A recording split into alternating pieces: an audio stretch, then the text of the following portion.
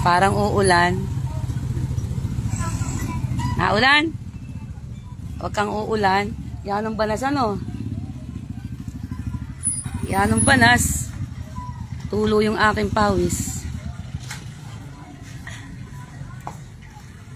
Pagpalingki talaga hindi naubusan ng tao ano? Pagpalingki hindi nauubusan ng tao. Ako magsasarado na sila.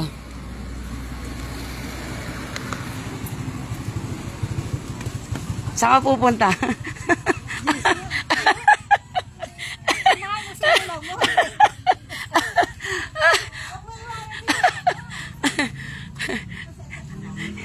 Ito yung aking mga pamangkin. Dito tayo sa may palengke. Maraming tao sa palengke. Praise. Hello, magandang hapon po. Kumusta po kayo dyan? Hello. Sa palengke, ano? Nasa palengke po ako. Ayan. Hello, bebe. Anong pangalan mo? Ha? Hello, kumusta po kayo dyan? Magandang hapon po. Kung saan talaga may palengke, hindi na ubusan ng tao, ano? So, magandang hapon. Ayan, salamat po. Andito po ako para po bahagi ng kanilang mabuting balita. Mabuting balita po ang dala ko. Kapag meron pa pong tao sa palengke, kakaunti na pala ang tao sa palengke, ano? Ayan, hello, magandang hapon. Gandang hapon ko, kunti ang tao sa palengke. Pero marami pa rin tao. So, magandang hapon po. Sabi naman doon, may 2 tao, 3, 4, 5 na nakikinig at makikinig ng mabuting balita. Ang Panginoon ay sasamahan tayo. Ano po, marami po kayo. So, happy fiesta po bukas. Alam niyo po ba, pumunta ako dito para mamiesta. Sabi ko, wala yatang fiesta, walang tao. Pero, ang layunin ko po, kaya po ako pumunta sa lugar na to para bahaginan yung mga ano ba ang tawag doon? Kaprobinsya ko? Kaprobinsya ko. Kaya po ako'y bumabalik at bumabalik sa lugar na to para bahaginan po kayo ng mabuting balita. Ano? Kasi dito po ako nag-aral. Kaya po bumabalik ako para bahaginan po kayo ng mabuting balita. So, tandaan po natin, sa panahon pong ito, napakadaming bad news. Ano po? Kung manonood po kayo ng mga palabas, dyaryo sa TV, puro bad news po, tama? Patayan dini, patayan doon. Ano pa? Aksidente dini, aksidente doon, lindol, tsunami, earthquake, digmaan dini, digmaan doon. Di po ba? Dami. Kaya kung minsan yung mga tao ayaw nang manood ng balita kasi ang sabi nila, puro naman masasama yung balita na pinapalabas, wala nang maganda. Kung ang mundong ito puro ang naririnig nating kasamaan, mga balita, pero sa kabila noon, mayroon pong mabuting balita na dapat marinig ng mga tao. Ano po? At yun po yung aking dala. Kaya yung aking mga paa ay patuloy na ibinabalik sa lugar na to. Kasi nga po, mahal ng Panginoon ang mga tao at gusto ng Panginoon na ang mga tao ay makarinig ng mabuting balita.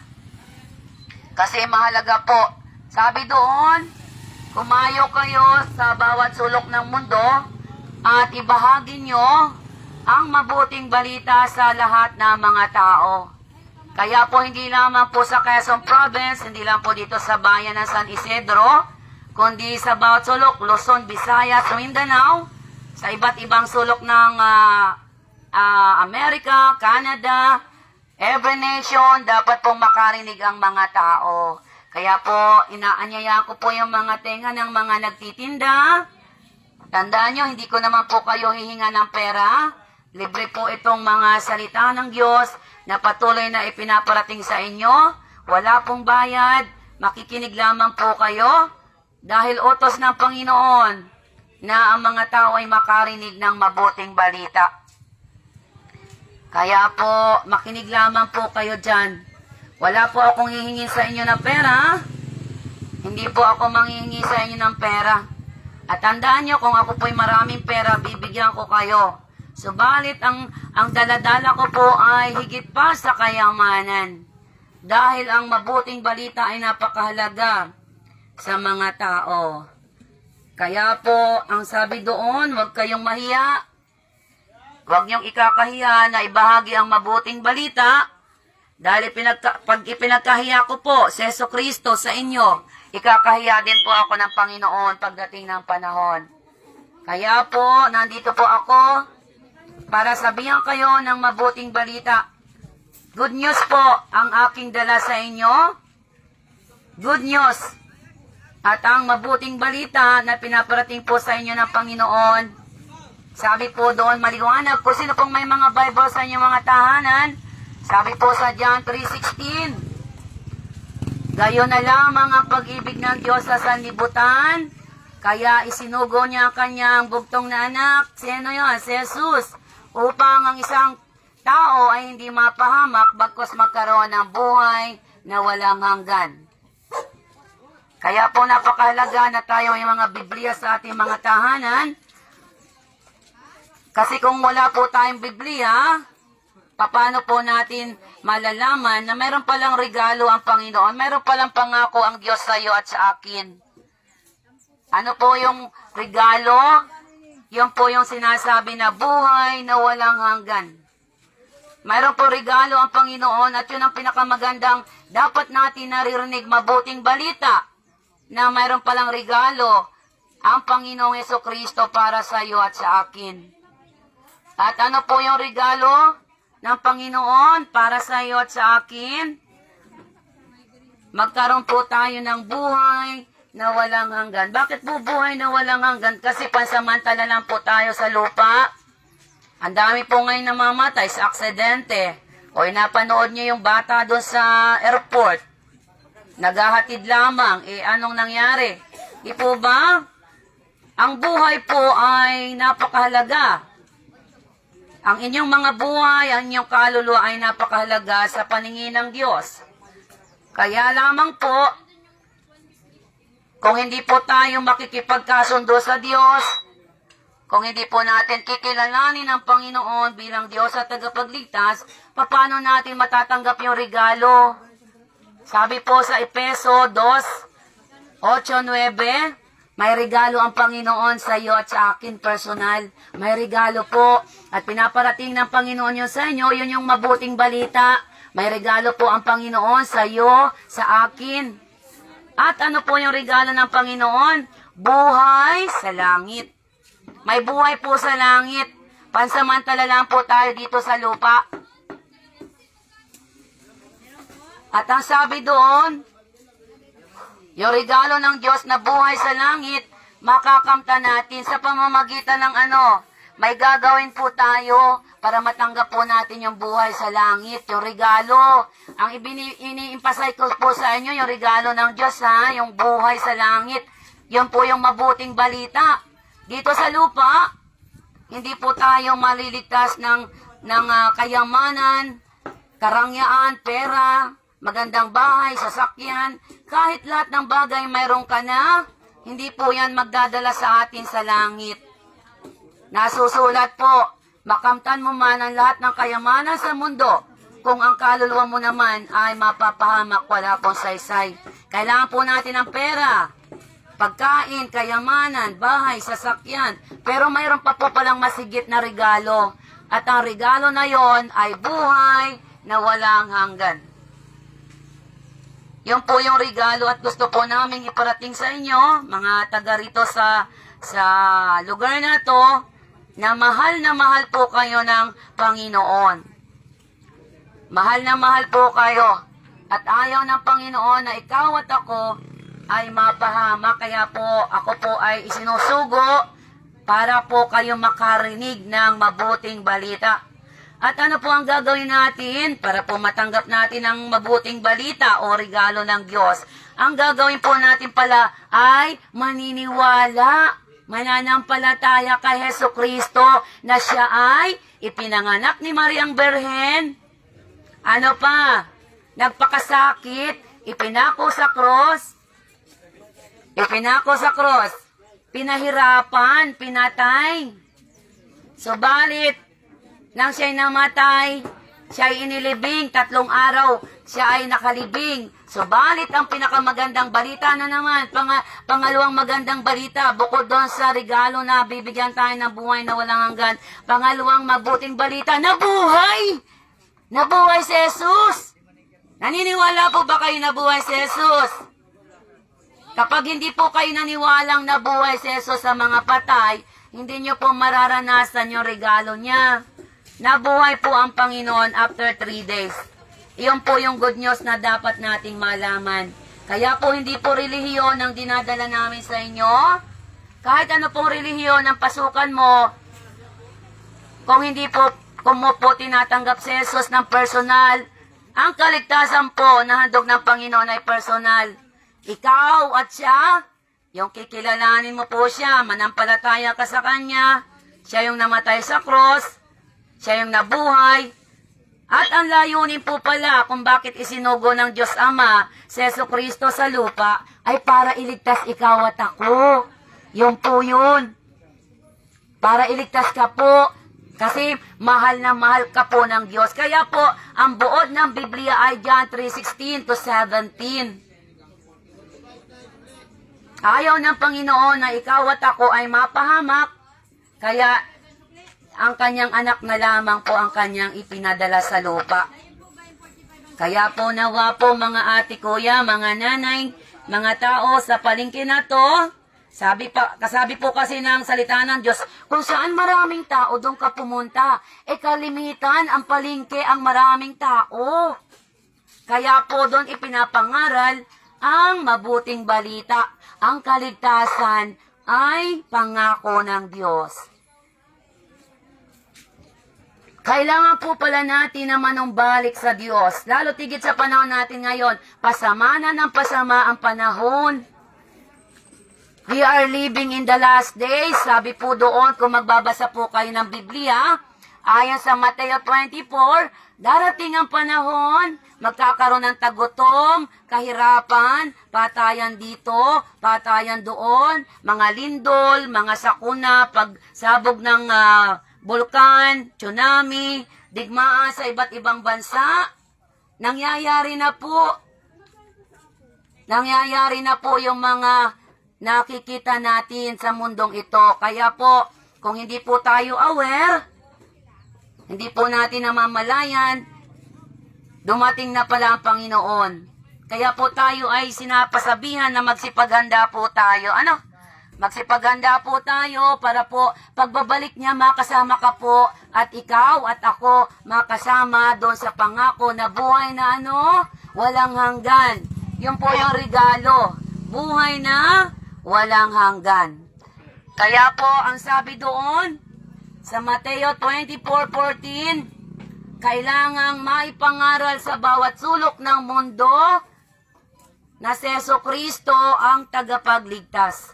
Kaya po may mga nangangaral sa bus, sa jeep, sa tricycle, sa aeroplano, sa train, sa mga palengke, sa mga slum area, sa mga subdivision. Kasi ito na po yung panahon. Nasa huling panahon na po tayo. Babalik po ang Diyos. Ang tanong, may tanong po ako sa inyo, pagbabalik ng Diyos,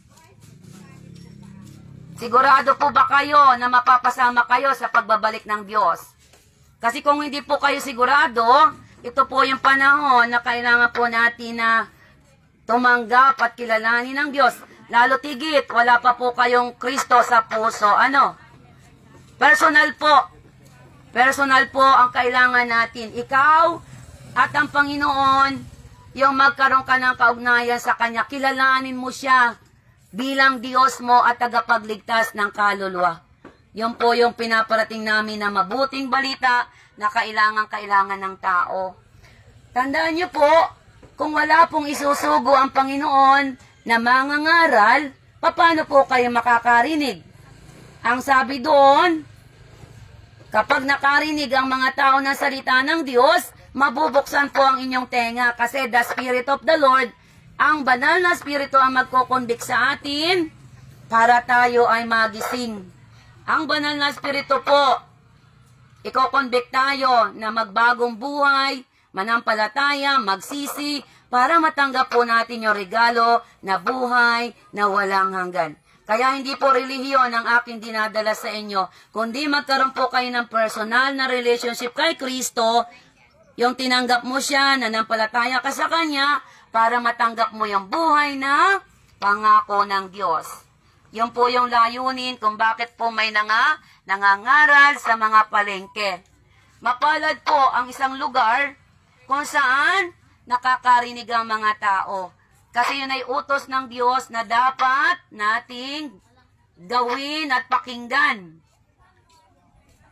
Kaya po, sa hapong ito, tandaan po natin, yung mga tao po dyan na naabot ng aking tinig, ako po ay instrumento lamang ng Diyos.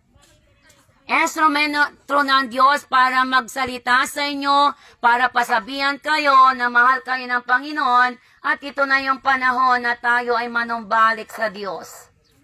Kasi kung hindi tayo manunumbalik, paano pag bumalik ang Diyos sa rapture? Marami pong maiiwanan, totoo pong may rapture. At kung kayo matalino, panoorin niyo po yung pelikula na Left Behind, yun po ay mangyayari. Matutupad po yun kasi nakasulat sa Biblia. Lahat po ng mga prophecy, nangyayari na at natutupad. Sa ibang bansa, yung mga ilog Euphrates, natutuyo na po.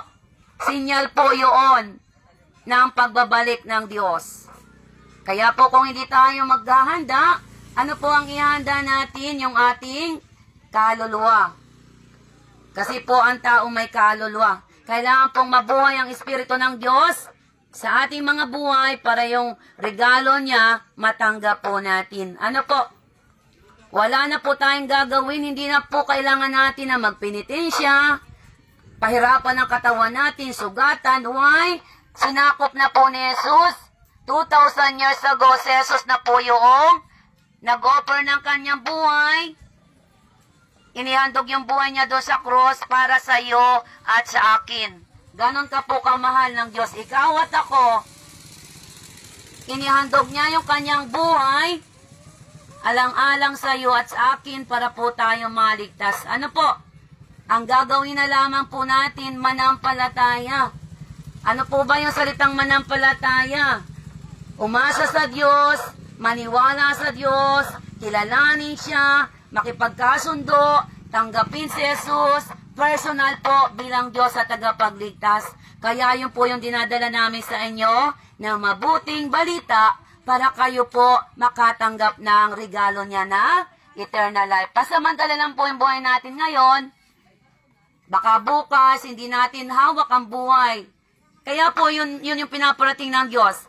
Walang nakakaalam ng bukas. Ngayon, ang lakas-lakas, kinabukasan ay patay. Ang hirap pong mamatay kapag hindi po natin tinanggap si Jesus. Why? Dalawa lang pong patutunguhan, langit at impyerno. Kaya kung tayo ay may Kristo sa ating puso, naniniwala po ako na hindi tayo pababayaan ng Panginoon. Kaya yun yung gusto po na iparating sa inyo, yung regalo ang matanggap po ninyo. Hindi ko po alam kung kayo ay mayroon ng Kristo. Hindi ko po alam kung kayo ay mga born-again Christian. Hindi ko po alam kung maraming may mga born-again Christian na po dito sa lugar na to. Pero kung born-again Christian ka na po, magpatuloy ka lamang po. Kasi po napakahalaga. Sabi po kung may mga Biblia po kayo ha, basahin nyo rin po. John 3:3-7. Ang isang tao ay kailangang ipanganak na muli para makasumpong ng kaligtasan. Maliban ang isang tao ay panganak na muli, hindi po siya paghaharian ng Diyos. So maliban po ikaw at ako ay tanggapin mo si Kristo personal, hindi po tayo paghaharian ng Panginoon. Yun po yung sabi sa John 3:3-7. Maliban ang isang tao ay ipanganak na muli, hindi po siya paghaharian ng Diyos. So kung gusto po natin na pagharian tayo ng Diyos, may gagawin po tayo. Ginawa na ni Jesus yung kanyang pagmamahal sa iyo, sa akin. 2,000 years ago, namatay siya para sa iyo at sa akin. Sa panahon naman natin ito, ang gagawin na lamang po natin ay manampalataya. Manalig sa Kanya. Kilalanin siya. I-accept natin si Jesus Christ bilang Diyos mo at personal na tagapagligtas ng kaluluwa. Kapag po tinanggap natin ang Panginoong Hesukristo sa ating puso, ng buong puso, lumapit po tayo sa Kanya, hindi po tayo itataboy. Yung lumalapit sa Diyos, hindi po niya itataboy. Yung nagpapakumbaba po sa Diyos, hindi po niya itataboy. At yung mga tao na hindi ikinakahiya na si Jesus Christ, yung namatay sa cross, bibigyan po sila ng pagkakataon na maligtas. Ano po? Kaya po tandaan natin, sabi po doon sa Juan, kaya po in-encourage namin kayo, bumili po kayo ng Bible para mabasa ninyo, nakasulat sa Juan 14:6, si Jesus ang daan, si Jesus ang buhay, si Jesus ang katotohanan. Walang makakapunta sa langit maliban, tanggapin natin si Jesus bilang Diyos natin at tagapagligtas ng buhay. Ang ganda po ng offer ng Lord. Ang ganda po ng offer ng Lord. Dati po, hindi po ako mananampalataya. Hindi ako naniniwala kay Jesus Christ na nabuhay. Pero nung ako po ay hinanap ng Diyos at tinanggap ko si Jesus bilang personal ko ang Diyos at tagapagligtas, hanggang ngayon po hindi po ako pinababayaan ng Panginoon. Tunay po ang pangako ng Diyos. Yung mga tao na mananampalataya sa Kanya, at ipagtiwala ang buhay kailanman ay hindi ko pababayaan. Kaya po hanggang sa panahon ngayon, ang patuloy po namin ginagawa, ibahagi ang mabuting balita ng Diyos, ang Kanyang pag-ibig, ang Kanyang pagliligtas, ang Kanyang kapatawaran. Ikaw at ako po, kayang patawarin ng Diyos sa lahat ng ating kasalanan. Bakit po? May kapangyarihan po ang Panginoon na patawarin tayo sa ating mga kasalanan. Sabi po sa Roma 3:23, ang lahat ng tayo makasalanan at walang nakarating kaluwalhatian ng Diyos. So, ibig sabihin, tayo makasalanan. Ang gagawin lamang po natin ay patuloy na humingi ng tawad, manampalataya, para tayo maligtas. Yun po yung katotohanan. Ano po? Hindi po natin kayang iligtas ang ating kaluluwa. Ang magliligtas lang po sa atin ay ang Panginoong Hesukristo. Kapag ikaw at ako ay nanalig sa Kanya. Kaya po napakahalaga na matanim sa ating puso. Sa hapong ito, pinadalhan po kayo ng salita ng Diyos. Kung walang mga ngaral ng mabuting balita, paano po kayo makakarinig? Kung wala naman pong isusugo, ay paano po? Walang mga ngaral. Kaya po, nawa po sa hapong ito, i-consider po natin na ang salita ng Diyos ay narinig nyo sa lugar na to at nananawagan ng Panginoon, siya po ay babalik. Ang tanong, nakahanda po ba tayo sa pagbabalik ng Diyos? Sabi doon, kapag nakarinig na ang mga tao, every nation, kapag nakarinig na ang mga tao, babalik na ang Panginoon. Kaya po, ipinapangaral na sa bawat sulok ng mundo si Hesukristo bilang Diyos at tagapagligtas ng ating kaluluwa. Kayo na lang po ang inaantay. Inaantay po kayo ng Diyos kung ano po yung desisyon ninyo para mapasama po kayo doon sa mga Gentile na hinahanap pa ng Diyos para sa kaligtasan na inihanda niya. At kapag nakumpleto na po yung bilang, sabi doon, kapag kumpleto na yung bilang ng mga Gentiles na nakatanggap ng kaligtasan ng Diyos, babalik po siya. Naandyan na po yung mga sign. Kaya lang po, kailangan pa po na makarinig yung mga tao. At kapag nakarinig ang mga tao, ang Panginoong Yesus ang magko-convict sa inyo para kayo maligtas, para magpatuloy kayo habang inaantay natin siya sa pagbabalik niya, sa pagdagit niya sa rapture. Totoo pong may rapture. At ang sabi doon, babalikan po niya yung mga mananampalataya. Sabi po sa John 14:1 and 2, babasahin niyo po yon. Aakyat ako sa langit. Bakit siya aakyat? Galing siya sa langit. Aakyat ako, babalik na ako sa langit upang ipaghanda ko kayo ng matitirhan. At kapag naipaghanda ko na kayo ng titirhan do sa langit, babalikan ko kayo. Kaya totoo pong may langit. Ipaghahanda po ng Panginoong Yesus ng matitirhan sa langit yung mga taong magtatagumpay, yung mananampalataya, yung kikilalanin si Jesus bilang Diyos at tagapagligtas. Kaya po tandaan po natin mga ate kuya, kailangan po natin ng mga pagkain. Sabi doon sa Mateo 4:4, ang tao ay hindi nabubuhay sa tinapay lamang, kundi sa salita ng Panginoon na galing sa bibig niya. Kailangan po natin ang pagkain, lahat ng bagay sa mundo, kailangan po natin yan. Subalit, mayroon palang number 1 na pinakamahalaga na dapat nating isaalang-alang yung kaluluwa mo. Gusto ni Jesus Christ na maligtas yung kaluluwa mo. Wala pong relihiyon na magliligtas sa iyo at sa akin. Kaya po nag-o-offer ang Panginoon sa hapong ito. Kumakatok po siya sa mga puso ng tao. Sabi sa Revelation 3:20, kumakatok ang Panginoon sa mga puso ng tao. At kapag pinapasok nyo si Jesus sa inyong puso, mananahan siya sa puso nyo at makakasama kayo sa pangako niya na buhay na walang hanggan pagkatapos dito sa lupa. Ano?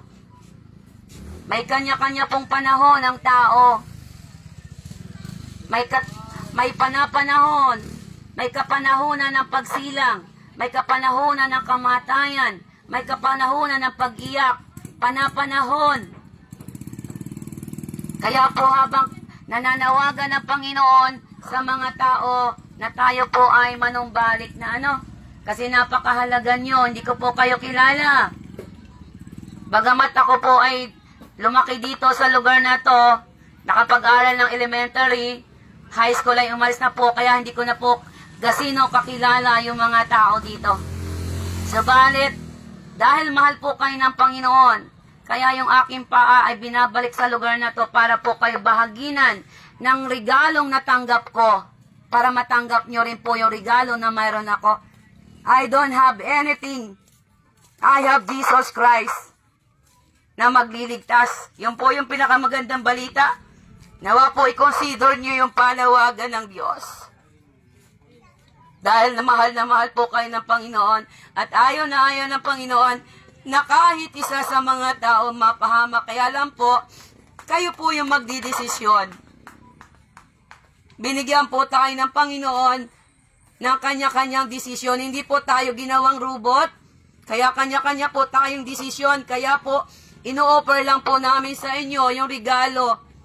Kung tatanggapin nyo po yung regalo ng Panginoon na buhay sa langit, matatanggap nyo po yun. Kasi hindi ko naman po kayo maiiligtas. Ang magliligtas po sa atin, walang iba po yung pangalang Jesus Christ na namatay, na buhay, dahil sa pag-ibig niya para sa iyo at sa akin. Kaya po nawa sa hapong ito, patuloy po kaming nananawagan sa mga tao. Ito na po yung panahon. Do not harden your heart. Wag po natin pang madagasin ang ating mga puso. Baka po maging huli ang lahat at hindi po natin maranasan yung regalo ng Panginoon. Kaya po kami nananawagan. Habang araw pa, manumbalik po tayo sa Diyos. Kasi pagdating ng panahon, baka hindi po natin maranasan yung regalo na buhay sa langit. Wag po nating pagmatigasin ang ating puso. Dahil yung regalo ng Diyos ay para sa lahat. Hindi po namimili ang Panginoon. Hindi po namimili ang Panginoon. Lahat ng tao gusto niyang maligtas. Subalit binigyan po tayo ng chance. Hindi po tayo ginawang robot ng Diyos. binigyan tayo ng pagkakataon na pumili. At kung ang pipiliin mo, yung regalo ng Diyos na buhay sa langit, makakamtan mo yon. Subalit kung hindi mo pipiliin yung regalo ng Diyos, wala po kaming magagawa. Kaya po tandaan natin sa hapong ito, may 3 bagay po akong iiwanan sa inyo, mga ate, kuya. 3 bagay. Sabi po doon, kung gusto mong maranasan yung regalo ng Diyos na buhay sa langit, may gagawin po tayo. May gagawin po tayo para ipagkaloob ng Diyos yung regalo niya. Mananampalataya tayo. Unang bagay na gagawin natin, manampalataya po kayo. Ang paniniwalaan natin, pagtitiwalaan ng ating buhay, walang iba kundi si Jesus Christ. Hindi po pera, kayamanan. Lahat ng mga bagay sa mundo, mapaparang po yan. Kapag naglindulan, yung mga building na matataas, magagandang bahay, madudurog po yan. Subalit kapag ikaw ay nanalig kay Kristo, nanampalataya, siya po yung magdadala sa iyo sa regalo sa pangako niya. Yun po yung gagawin nating una, manampalataya ka. Maniniwala ka na si Jesus namatay para sa iyo at sa akin. Yan po yung gagawin natin. Ano pa yung bagay na gagawin natin? Sabi po doon, i-confess natin sa Roma 10:9, kapag ikinumpisal natin sa ating bibig na si Jesus ay Diyos at nanampalataya ka sa iyong puso, maliligtas ka. Yan po yung sabi doon. Kaya po napakahalaga ng pananampalataya. Kapag binigkas ng ating puso na si Jesus ay Diyos, Jesus is Lord, sinabi mo sa iyong puso, maliligtas ka. Kaya po napakahalaga na ang mga tao ay may Biblia sa tahanan para basahin, para alam natin ang nangyayari sa mundo. Kaya po kung gusto natin patuloy na matanggap yung regalo ng Diyos, ano pa ang gagawin natin? Humingi tayo ng tawad sa Diyos. Kasi lahat naman tayo nagkakasala. Ano po? Wala pong taong matuwid. Bata, matanda, tayo po'y nagkakasala. Ang gagawin lamang po natin ay humingi ng tawad. Hello mga bata! Kilala niyo si Jesus? Salamat naman. Sino na po ang mga bata dyan na dumadalo ng mga Sunday school at nakikinig ng Bible? Mapalad po yung mga bata na nakikinig ng Biblia, tinuturoan ng salita ng Diyos, kasi lalaki sila na may takot sa Diyos. Kaya po napakahalaga na ikaw at ako ay patuloy na lumapit sa Diyos, magpakumbaba, humingi ng tawad dahil lahat naman tayo nagkakasala. Wala pong matuwid. Subalit kapag tayo humingi ng tawad, lahat ng kasalanan natin ay lilinisin ng kanyang dugo. There is a power in the blood of Jesus. Makapangyarihan po ang dugo ni Jesus. Ang dugo po ni Jesus ang naglilinis sa ating mga kasalanan. Kaya po kami ay nangangaral kasi nabuhay si Jesus sa mga patay. Kasi kung hindi po nabuhay si Jesus sa mga patay, ano pong ipapangaral namin sa inyo? Eh di wala.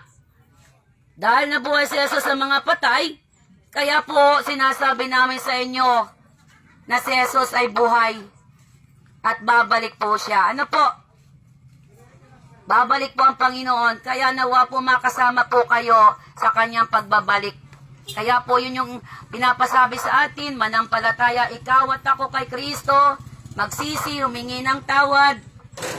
Kasi po, kapag tayo hindi humingi ng tawad sa Diyos, paano tayo patatawarin? Di po ba? Kapag hindi po tayo hihingi ng kapatawaran, paano tayo makakatanggap ng kapatawaran? Kaya po mahalaga yung pagpakumbaba. Aminin natin na tayo makasalanan kasi lahat naman ngayon nagkakasala. Kaya po yun po yung gagawin natin para matanggap yung regalo na buhay sa langit. At kapag tayo po'y nanampalataya, humingi ng kapatawaran, ang gagawin pa po natin ay manatili po kay Kristo. Bakit mananatili? Babalik po siya sa rapture. Sabi doon sa John 15:1-7, yung manatili kay Kristo at sa kanyang salita hanggang wakas at manampalataya, makakasumpong na regalo niya. Kaya po napakahalaga na manatili tayo kay Kristo habang inintay natin siya. Kung wala po pala si Kristo sa ating buhay, wala po tayong magagawa. Why?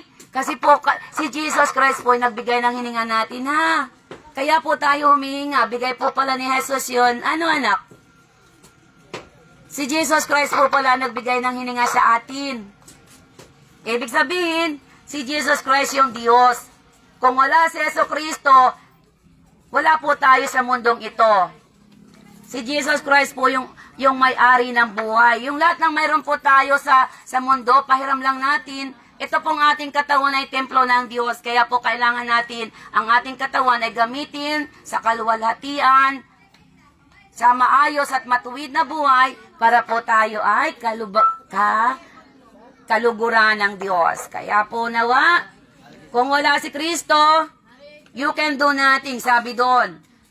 Kung wala si Kristo sa inyong buhay, wala po tayong magagawa. Kasi si Kristo ang may hawak ng buhay natin. Kaya po nawa sa hapong ito, nabuksan po ang inyong mga puso, ang mga isip, at matanggap niyo po yung regalo ng Panginoon. Yung regalo niya na buhay na walang hanggan para sa bawat isa. Hindi ko po alam kung may mga Christian na po dyan. Kung wala pa po, ito po yung panahon na tayo ay manumbalik na sa Diyos habang pwede pa. Tandaan po natin, ang panahon ay pasama ng pasama. Ang panahon po ay pasama ng pasama kasi po yan ay nakasusulat sa Biblia. Darating ang panahon, ang mga tao ay pasama ng pasama. Kaya po tayo yung pipili kung mananatili ka doon sa mga pasama ng pasama o yung may takot sa Diyos o yung mananampalataya, ikaw po at ako ang pipili. Kaya po, i-consider nyo po yung mabuting balita na ino-offer ng Diyos sa iyo at sa akin sa hapong ito. Dahil mahal po kayo ng Panginoon. Kilala po kayo ng Diyos. Ako hindi ko kayo kilala. Ako po ay tagapagsalita lamang dito. Kaya nawa po sa hapong ito, patuloy na buksan ng Diyos ang inyong mga puso at matanggap nyo ang regalo na buhay na walang hanggan sa langit. Pagdating ng panahon. Kaya po, mananalangin po ako. Ang sabi doon, lumapit kayo kay Jesus, ang mga taong napapagal, at bibigyan ko kayo ng kapamahingahan. Nag-o-offer po si Jesus ng living water. Living water, sino po ang gusto ng living water? At kapag tinanggap po natin, ininom natin ang water na offer ni Jesus Christ, hindi ka po mauuhaw. Kasi yung living water na offer ni Jesus, eternal. At tandaan po natin, si Jesus din po is the bread of life. Kapag kinain natin yung tinapay, tayo po ay mabubuhay. Kasi si Jesus Christ is Lord. Jesus Christ is the Lord of Lords, the King of Kings. Every knee shall bow, every tongue confess that Jesus is the Lord. Jesus is the Comforter. Jesus Christ is the Healer. Jesus Christ is the Savior. God is concerned to your soul. Your soul is matter to God because He loves you so much. He loves you so much. Ano po yung response natin sa panawagan ng Diyos na tayo ay manumbalik na? Kayo po ang magdidesisyon. Kaya po sa hapong ito, lumapit po sa Diyos habang pwede pa tayo na makinig dahil ang panahon ay pasama ng pasama. Tandaan nyo, we are living in the last days. kailangan po matupad ang nasusulat sa Mateo 28. Humayo kayo sa bawat nation. Kailangan yung every nation makarinig ang mga tao. Kaya po, ngayon ay pinapangaral na yung mabuting balita para makarinig po ang mga tao. At mayroon pong breaking news ngayon ha, kung natatandaan nyo. Sino po ang nanonood? May breaking news po ngayon sa Amerika. Parang sa susunod na buwan, yung dollar, US dollar, mawawala na. At ang gagamitin nila ay Liberty Coins. So, ibig sabihin, tayo mag-uumpisa na sa cashless society. Mawawala na yung pera na payat. Sayang naman yung may mga US dollar na ang dami-dami sa bangko, hindi na mapapakinabangan. Kasi alam niyo po ba, magkakaroon po ng one world government, one world religion, and one world currency. Ay paano yun? Yung mga tao walang alam. Bubulaga na lang sa mga tao. Tayo po ay papasok na sa digital. Mga digital na po ang mangyayari, kaya po may mga GCash. Darating ang panahon, ang gagamitin ng tao ay QR code na nasa katawan para makabili, makatravel. Kasi po, nasusulat po yan. Kaya po, mahalaga sa lahat ng mahalaga na kailangan mo na si Jesus sa panahon ito bago maging huli ang lahat. It's time to come back to Jesus Christ now. Now is the day of your salvation. Do not be hard in your heart, mga ate, kuya. Para pagdating ng panahon, hindi po tayo magsisi dahil hindi natin kinilala na tinanggap si Jesus at nanampalataya. Kaya po, salamat po sa Panginoon. Tayo po'y mananalangin. Ako po'y mananalangin ng panalangin ng pagliligtas. Kung gusto nyo pong maligtas, available po ang Panginoon. Yung gusto pong maligtas ang kaluluwa, manalangin po ako. At kapag po kayo nanalangin ang tao sa puso, matatanggap nyo po yung regalo ng Diyos na buhay na, ano anak? Oy, salamat. Kung may mga Christian na po dyan at born again, salamat po. Yan po kasi ang hinahanap ng Diyos para maisama sa langit yung mga tao na maboborn again in the spirit and truth at sambahin si Jesus sa espiritu at katotohanan. So, mananalangin po ako. At kung gusto nyo pong manalangin ng tao sa puso, totoo po ito. Pakunti na ng pakunti ang panahon natin. Hindi po ito bero. Dito po nakasalalay ang kaligtasan ng inyong kaluluwa kapag kayo ay nanampalataya kay Kristo. Hindi po relihiyon na, wala pong relihiyon na magliligtas sa inyo. Binibigyan po kayo ng pagkakataon na magdesisyon para maligtas sa apong ito. At kung gusto nyo po na matanggap ang kaligtasan na offer ng Diyos, ito na po yun. Ito na po yung araw na yon para ang kaligtasan ay matanggap ninyo. Mananalangin po ako at yung gusto pong manalangin sa puso, manalangin po. Samahan nyo po ako.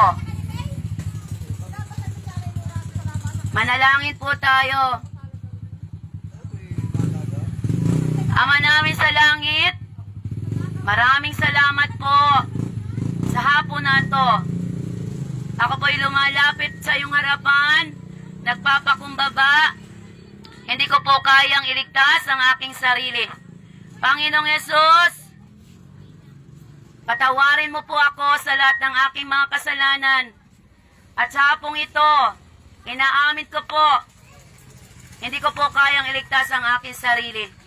Panginoong Yesus, tinatanggap ko po ikaw, kinikilala ko po ikaw bilang Diyos ko at tagapagligtas ng aking buhay. Panginoong Yesus, pumasok ka at maghari sa aking puso sa mga oras na to. Upang yung regalo mo sa akin na buhay sa langit ay aking makamtan pagdating ng panahon. Nananampalataya po ako, Panginoong Yesus, na namatay ka sa cross, alang-alang sa akin. At sa oras na to, isulat mo po ang aking pangalan sa aklat ng buhay. At Ano man po ang mangyari sa padating na panahon, yung pangako mo na buhay sa langit ay aking matanggap. Nagsisisi po ako sa mga kasalanan ko. Panginoong Yesus, maghari ka sa aking puso. Tinatanggap kita ngayon bilang Diyos ko at tagapagligtas. Salamat po. Jesus name we pray. Amen. Anak, mga born again na kayo? Meron akong babasahin, gusto nyo?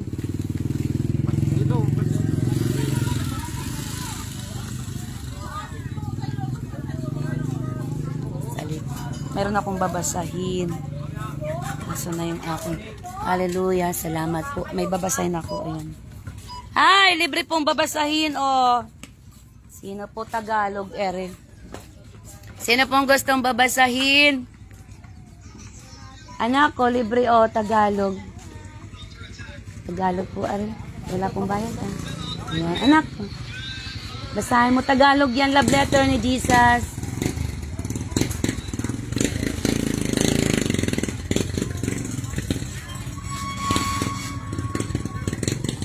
Praise.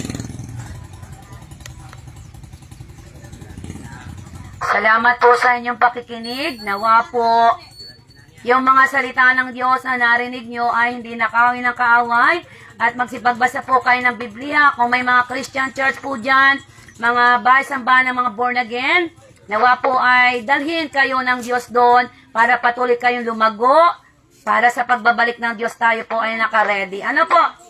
Ama, sa pangalan ni Jesus, pagpalain po ang lugar na to.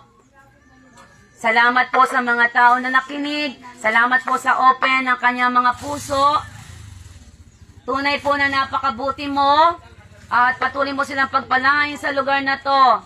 Nawa po magkaroon ng revival at dumami po ang mga mananampalataya sa lugar na to para sa pagbabalik mo, sila po ay nakahanda.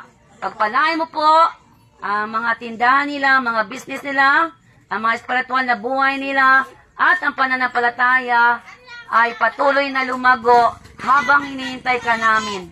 Maraming salamat po. Sa iyong papuri pa sa salamat. Jesus name we pray. Amen. Pagpalain po kayo ng Diyos at salamat po sa inyong pakikinig. Magandang gabi po. God bless po everyone. Tapos na. Madam. O, libre dali. Meron ka. Tagalog po yan. Ayan. Salamat po. So, magandang gabi po. Bye-bye. Mimigay muna ako. God bless. Salamat po. Nasa ano po ako? Nasa Quezon Province. Nangangaral. Apo, God bless po. Bye-bye. Salamat to God be the glory. Mamimigay pa ako. Salamat po mga kapatid sa panalangin. Na po, uuwi na rin kami. Tapos na po kaming mangaral. Slow connection. Glory to God. Salamat po. Opo na po.